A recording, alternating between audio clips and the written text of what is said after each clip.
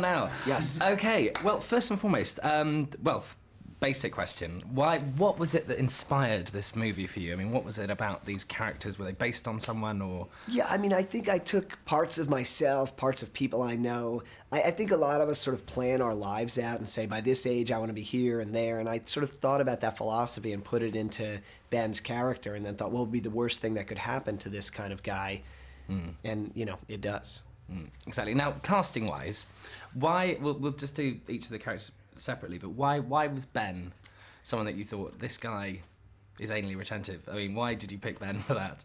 No, Ben is Ben kind of represents the audience. I think he's very good at playing a buttoned-up guy who then can let loose. And I think he hadn't done this specific character before, so I thought it'd be an interesting experience for him to kind of work in a genre that he's done before, but in a different kind of character, maybe a little more almost naive, a little more open. And I thought that's what I wanted him to do. And Jennifer, how did you relate her to that part? Yeah, I mean, Jennifer, I think the cool thing was everybody knows her from Friends and some of the other movies she's done, but I don't think she had played a character like this, where she kind of was very loose and open and, was sort of almost the aggressor in the relationship with her and Ben. So I thought it'd be a great experience for her to do it, but also, play this kind of romantic comedy leading woman, because she's such a funny and good actress. And the ferret. I mean, why a ferret? I mean, the thing is about ferrets is that I've had a little bit of experience with ferrets. I mean, they can be fine one moment and then they're completely savage the next. Yeah, I mean, they're weird animals. They because you cuddle them and then they can attack at any moment. But I don't know. I think apparently my father told me that I always wanted a ferret when I was a kid. I didn't really remember that when I was writing it, but we always look into our own minds for these kind of inspirations. And was it true that Ben got attacked on the set by the ferret? He did. One of our last scenes of the movie, it's the scene where he is sort of holding the ferret, and Jennifer comes around the corner. She's holding a key finder, and the thing just latched onto his chin and wouldn't let go. It was a very sort of surreal moment in movie-making history. You weren't thinking about keeping that bit in? I mean... No, I decided to cut that out. Yes. I don't think Ben would be very happy if I put that in. Why was he cursing? No, he was very calm, actually. He was oddly calm. If it was me, I'd be screaming and running around, but he just, it just latched on, and I think I was like, Ben, I think the ferret is on your chin there. And it stayed there for quite some time. Yeah, I've had one stuck to my finger before, which is... Not good. Not good. Not good. It's not fun. No. So, anyway, romantic comedies as well.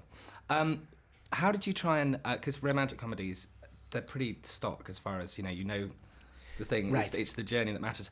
How did you go about developing the journey to try and make it different from most romantic comedies? Yeah, I mean, I think the guy is going to get the girl. You kind of know the basics, but I tried to create characters that you hadn't seen before, and I think almost in this movie, Ben plays the role that almost the woman has played traditionally, in a lot of at least American romantic comedies, where it's sort of the woman who wants commitment and marriage, and the guy is wandering. In this one, Ben is the guy who wants that, and Jennifer is the one who can't commit. So I thought it'd be interesting to twist it that way, and also surround them with this supporting cast of very kind of unique characters. And a ferret. And a ferret. Yes. Yeah. No other romantic comedies have ferrets. Exactly.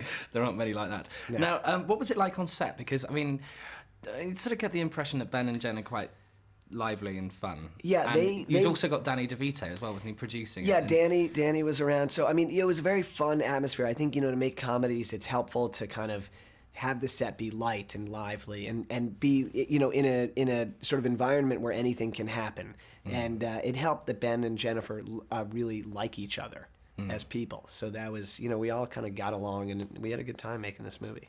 And what about Philip Seymour Hoffman? Because we normally see him in quite serious roles. Yeah. And in this one, he's quite disgusting in some senses. How did he... was he quite... How did you get him on board? I mean, was he quite up for it? He was totally up for it. I mean, I think, we all... no matter what these characters do, we try to make them real and believable. And Phil is a great actor, so I think whether it's comedy or Cold Mountain, if it's a good part, he wants to do it. And I just always thought he's funnier than we've ever, I knew he could be really, really funny in a movie, and we just hadn't seen him do that yet. So I think he was up for it. And what's going to be your lasting memory of this production? I mean, do you have something that particularly stood out for you? Probably that ferret latching onto Ben's chin, I think. That's it. And it's true, you had to have a rabies shot or something? Yes, he did. I mean, I don't think that little ferret had rabies, but, you know, you got to do it just in case. You don't want Ben showing up the next day with his head the size of a pineapple or something like that. That would be bad. That would be very bad. Yeah. Now, I wanted to ask you as well, are you doing anything involved with the Meet the Fockers at all? Yes. Careful with your pronunciation. I'm going to be very careful with my pronunciation. Yes, there's an O there. Yes. I am working on it. There's a script already, and I'm just working on it a bit as a writer, kind of fine-tuning the script a little bit right now. And how's that going? Because there's all sorts of rumours, Barbara Streisand and things like that. I mean, I know. I don't know. I'd give it to you straight. Well, I probably wouldn't, but if I knew it, I would maybe try to tell you. No, I don't know about Barbara Streisand. Maybe.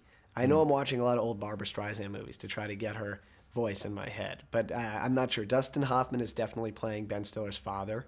De Niro's back. Ben's back. Everybody's back from the first one. So, we'll see about Barbara. I don't know. Is it easier writing it when you've already, all the characters have already jumped into their characters and things like that? Is it easier to write, or is it more difficult? No, it's a little easier once you know. I think it's very hard to write, without knowing who the actors are. Maybe you can kind of get more into the script, but it's easier knowing, because I've written for them already, that knowing Ben is going to be in it, and De Niro. Now I'm trying to get Dustin Hoffman's voice in my head, so I don't want him to sound like Rain Man in this movie.